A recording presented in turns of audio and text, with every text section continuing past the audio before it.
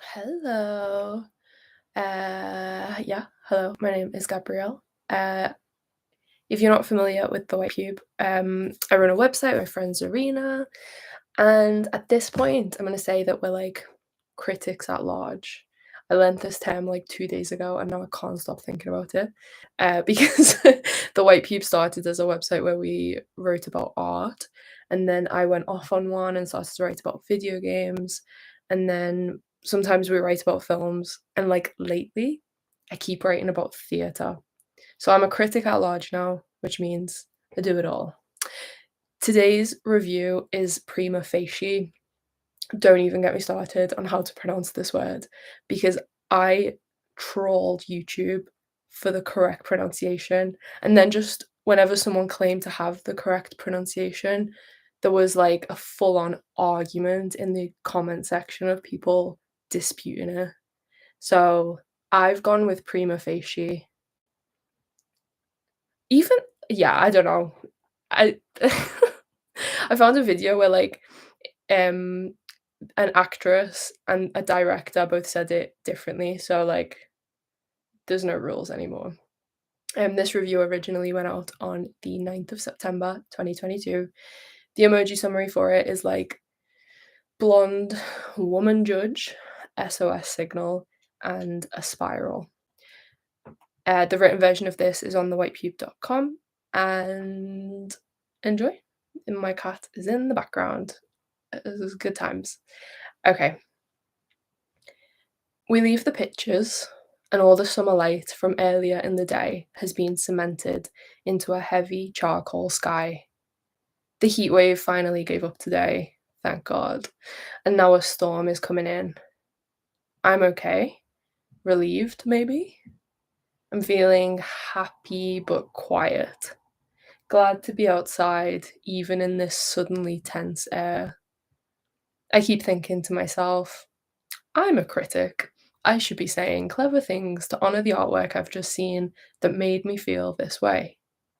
But the quietness is like cultural shell shock, and I revel in it, waiting for thoughts and feelings to cement themselves with the same heaviness and relief as the sky.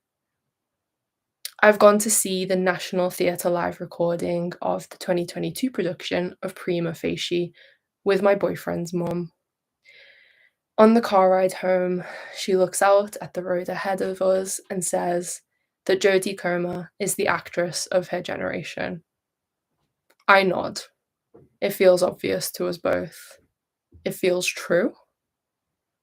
We drive alongside the blue and orange of the Albert Docks and climb up the hill that is Liverpool. She runs a quick, honest errand while I wait in the car, still spinning. When she drops me home, I think that I will open a Word document and make notes for a review to get the spinning to stop. But I have to reheat my dinner and then do the washing up, feed the cat, reply to some messages, and carry on with the normal, continuous life that happens outside of art. I remain quiet. 2 weeks will pass before I sit down to write anything, because for 2 weeks, I have no idea what to tell people, other than the fact that Jodie Comer is the actress of her generation, obviously. I look at this review that I have written, and at the first two paragraphs so far, no, I never say the cinema. That was a lie. Nobody I know here in Liverpool says the cinema. Everyone calls the place you see films the pictures. I know that plenty of like non-posh people across the country say cinema, but in my ears, it is posh. Too long at three syllables. I hate the optional ma sound at the end of it. Cinema. It slopes down somewhere embarrassing, formal, even royal. It's mama instead of yama. And for that reason, I cannot stand it. I never say cannot either, but only can't. And my ma told me off growing up for saying me instead of my. So that should be me ma told me off instead. Pass me jacket. Can I have me dinner now? The word processor I'm typing this on is underlining everything scouse to spite me. I wrote the pictures in the opening line to this review, knowing full well that my primarily London-based, largely international audience might need the clarification later on in the paragraph. And that's like another lie, because what I actually did was write cinema first and pictures second, and then I swapped them because I realized I wasn't being honest, and because honesty is what I'm thinking about now after seeing Prima Facie, specifically honesty in the way that we speak and hear one another. And I think that has to include honesty in the way that I write. Prima Facie, written by Susie Miller and directed on this occasion by Justin Martin, is a play about a talented barrister. It's a one-woman play, and when it was on at the Harold Pinter Theatre in London, that woman was Jodie Comer. The Liverpool actress, most known for her role as Villanelle in Killing Eve, made her West End debut playing Tessa, a barrister who has worked her way up from working-class origins to be at the top of her game. End quote. And this girl fucking loves her job. She's good at it too. It feels like sport to her. Before seeing this, I couldn't precisely tell you what a barrister did. A barrister is a lawyer that presents a case in court to the judge and jury. They can work for both the prosecution and defense, and they're the ones who wear wigs and robes because, court is theatrical too. It's a complicated job that requires close knowledge of the law and quick thinking to clinch a successful result. A successful result is based on what the client wants. For example, if Tessa's client is pleading not guilty, then she doesn't want to know if he really did the crime or not. It's her job to present his case and get him off. That's that. There's a scene where she tells her mum, I won a case today. And her mum says, you got more criminals out on our streets then, did ya? Unimpressed and even ashamed. Tessa monologues that it's not her job to prove the truth of the matter. She's not a detective. A barrister simply needs to present just enough evidence, ask questions in just the right way, or uncover just enough doubt so that they are able to establish a legal truth that sways the jury in a way that wins the case. It's kind of fucked up. Yeah, it's kind of fucked up. And I should know this, but hearing the process of the law laid out in these terms was jarring. I assumed that courts work their way towards the truth, to honesty, and to reality, but they don't. Because there's like what really happened, and then there's the situation a barrister is able to present to the court. There's the way a barrister is able to point out something doubtful and unravel a case from there. It's a spin job, it's storytelling, it's theatre. And at the beginning of the play, the blariness is like the opposite of an issue. It's a challenge more than anything, a fun problem to solve, a game to win. Tessa's character has made peace with the moral side of things. She believes that if a few guilty people get off, then it's not because the job wasn't done well. I've read that wrong. If a few guilty people get off, then it's because the job was not done well enough by the prosecutor and the police. It's nothing to do with her. And anyway, she's busy getting constant praise at work. She's getting offers and opportunities. She's winning all of her cases all of the time. She's too busy feeling good. That is until the world flips upside down, slows down, and then completely stops. Tessa gets off with another barrister in the office. He's well-to-do. Dad's in the Queen's Council. It's a giddy night. They end up going on a proper date and things are going well. Dinner and drinks and sex, but then vomiting. Drunk? Was it the food? Drugged? This man carries her weak body away from the toilet she's been vomiting into, and then he rapes her in her own bed. When he finally falls asleep, she gets up and showers. Out of her body and mind, she cleans the living room. He's sleeping soundly, and she's freaking out. She stumbles outside, she walks and walks. She gets a taxi to a police station, completely lost for words. And she's never lost for words. Her career depends on her being good at words. It dawns on Tessa that she has become the witness, and the man still sleeping in her bed is the defendant.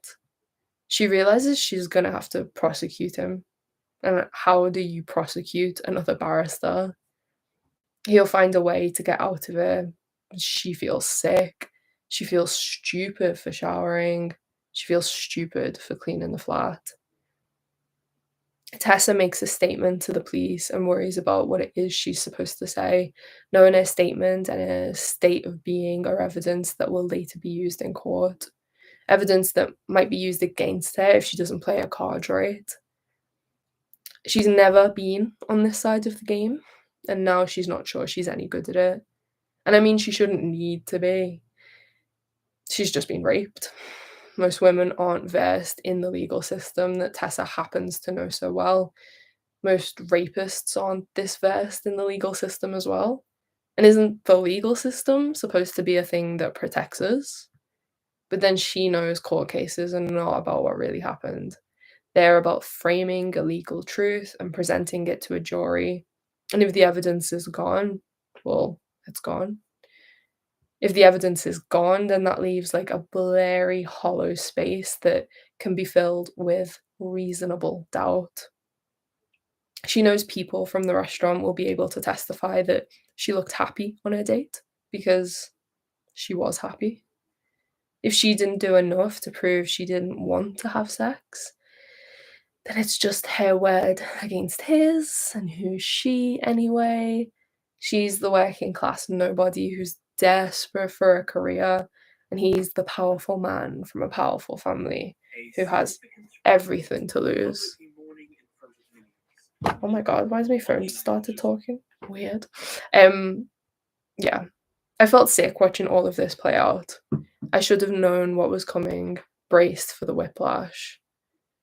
The tears were stiff in my eyes, and I knew that, like, if I'd have watched this on my own, I would have been a mess.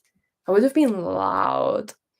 The writing, Comer's performance, the way I forgot that this was theatre, and, like, not even live theatre, but a recorded version flattened onto a screen.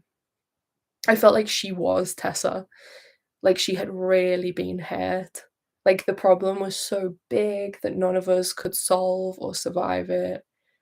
And that's why I left that night with like nothing to say. My sense of reality had changed on a granular level, having seen the racket of our legal system and from such like an expert perspective. I was quietly processing this new, old, more real world where justice does not exist, where danger is simply allowed to be dangerous, where the people who are supposed to know the answers don't have them anymore, and the hero is like looking directly at me and telling me to run. I knew it was bad, but I only knew that it was bad. I hadn't felt it. The friends I know who have been raped never took it to the police or the court because they didn't have any faith, any energy. The homepage for Prima Facie's website is full of statistics that reflect that. And then this is a quote. In the 9 months to September 2021, there were 170,973 recorded sexual offences. Of these, 37% were rapes, Nearly 33% of rape victims withdraw their complaint in the first 3 months of it being recorded. In the first 9 months of 2021, the average time between offence and court hearing is 1,020 days, or over 2.5 years. And after that, only 1.3% of rapes are prosecuted. 1.3. And think of all the sexual offences that aren't reported. It's one thing to read statistics, another to live them, and something else peripheral and burning to witness this very real information stretched over art, like some small, broken, alone little thing protecting itself in a fetal position. It was the barrister's perspective that gutted me. It was the cold education that left me stunned. But other critics have covered that. This is context for everyone who, like, hasn't gone through it. What I really wanna write about is the writing, or rather, like, the performance of the script. Because, yeah, I felt sick watching this play, but I wonder if I actually felt more impressed than sick. And I wonder if that is because Jodie Comer is obviously the actress of her generation. And it's like this play was made for her. Throughout Prima Facie, the writing and speech switch with these hard, fast motions like knuckles being cracked right next to your ear.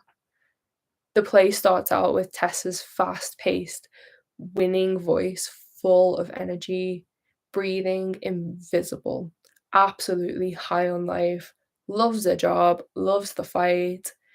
Coma speaks at a million miles an hour in this sort of over the top southern voice. She isn't playing a London character, and it doesn't sound like she's trying and failing at a London accent. There's a clever space between the character's truth and the voice she is putting on at the beginning of the play. Like it's a costume, a suit for an important interview, tongue and teeth touching the ends of words in a way that isn't quite natural for the typical Liverpool voice. The script then slides in and out of the grand performance of barristers in their fancy dress on the courtroom floor, and it's a deeper speech, pronunciations exacting, sentences measured. Vocabulary is rich and specific. It's like a default, important voice, what you might imagine if Times New Roman could speak. And when Tessa briefly visits home, gets her mum a bottle of Fanta on the way there, and has a fight with her brother, she sounds like someone else again. Character and actress revealed. It's a Scouse accent. Casual, ends of words are gone, no longer needed.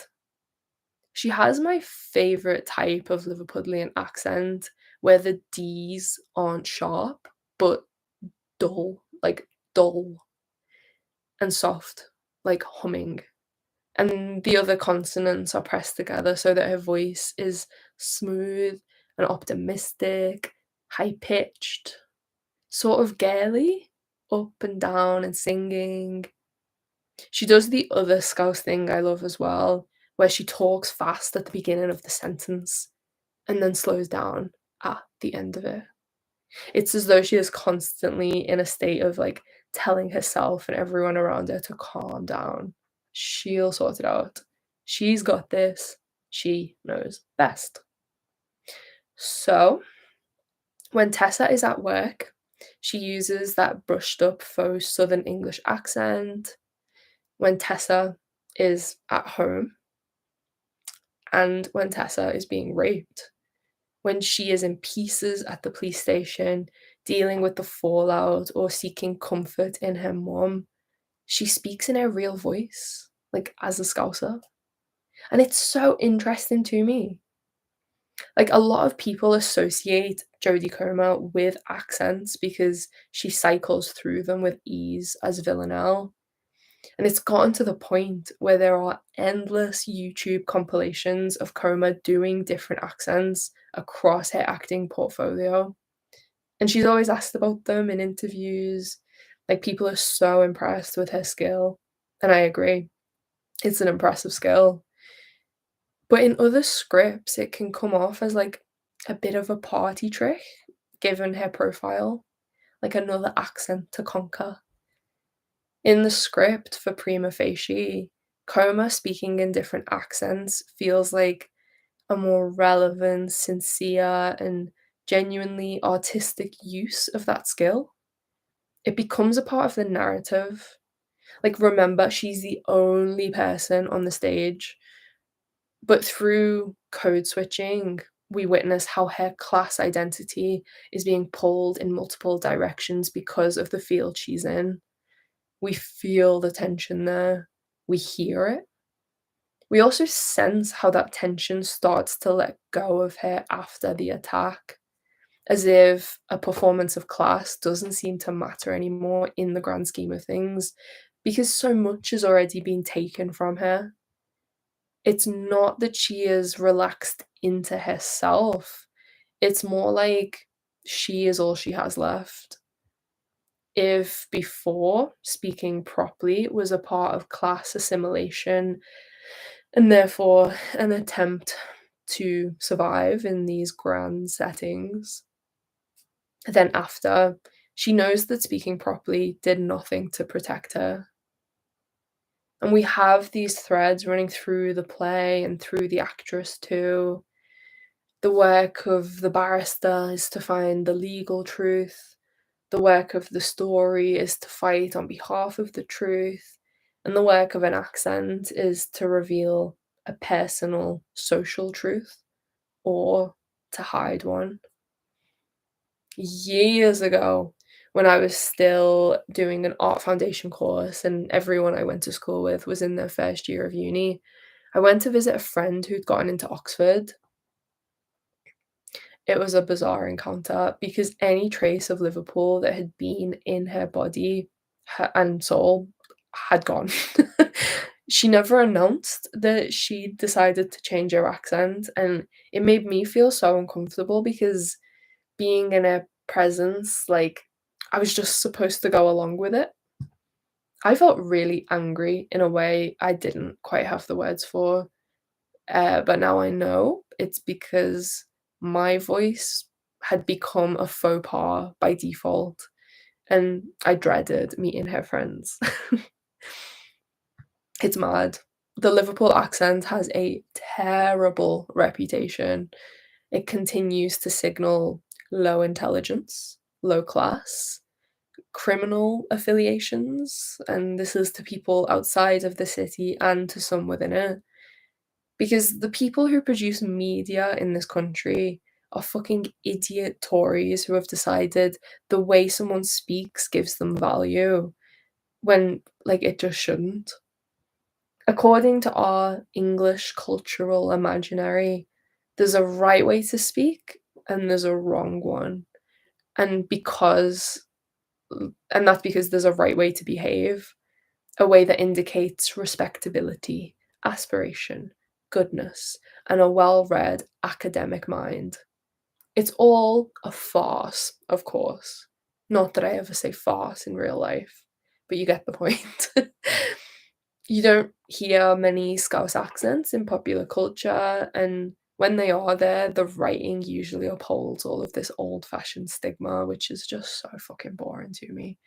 It's like, how is this still a thing? So, I really loved the way Jodie Comer was allowed to perform this character. The use of accents in Prima Facie made the subject more vulnerable when we needed to see that in her. It pushed the theme of honesty to the front of the stage as she would speak up and mask her voice, but then drop the act in an instant and talk normally again. These accents filled the stage when there was only one person on there. It gave Tessa's characterization huge range, and it helped the final act land when we needed to snap out of the fiction and face reality. What I will say about the Scouse accent is that it has such a good capacity for harshness, scraping quickly across sounds to be straightforward. Like there's no time to mess about or dress these things up. The play uses that to lay down its themes, and it works. I felt the performance vibrate through me. I think about my voice when I write these texts. I wonder if this written voice is my most honest presentation because I have time to think and edit everything until the words look how I want them to. Or is this dishonest because I never speak this well, this completely in real life? I think about it when I record these texts for the podcast and for YouTube. Sometimes a few minutes in, I'll follow the lead of the writing and find myself speaking in a formal way that, like, I wouldn't use with friends. I stop. I imagine one of my cousins is sitting next to me, and then I press record again. Jodie Comer brought the story very close to home. Liverpool actress, Liverpool audience, Liverpool pictures. Susie Miller is an Australian playwright, and the play premiered there with a different cast and crew. But I don't know Australian accents well enough, so I don't think I could have felt the same depth when it came to class and vulnerability in those original performances. Next year, the show is going to Broadway, and Coma is going with it. I wonder if American audiences might miss out in the same way. I wonder if her skills will translate, and I wonder if this constructed class position of Liverpudlians is felt outside the country. Jodie Comer is the actress of her generation, and that feels obvious to me. I hope more people see this play, or the recording of it, so that it becomes obvious to them too. Woo! Thanks for listening, watching, reading.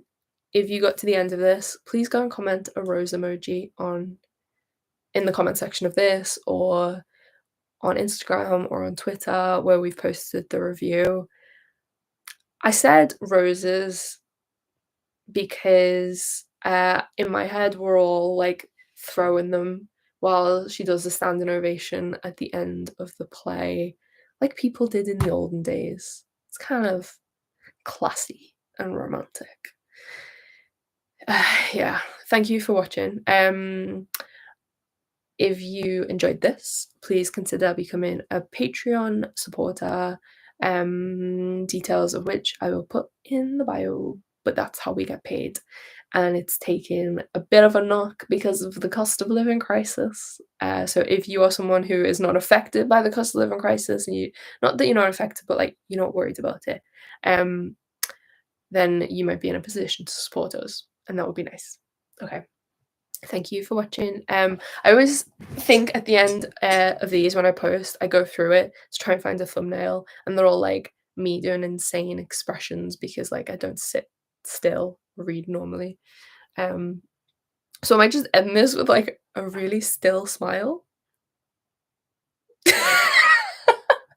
And then that will be the thumbnail. Okay, bye.